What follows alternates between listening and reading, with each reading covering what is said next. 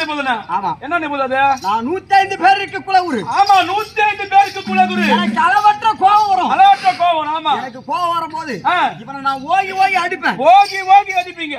இவன் கம்முன்னு வாங்கிக்கணும். கம்முன்னு வாங்கிக்கணும். அவன் என்ன திருப்பி அடிச்சான்னு வச்சுக்க, அம்பேல்னு சொல்லுவேன்.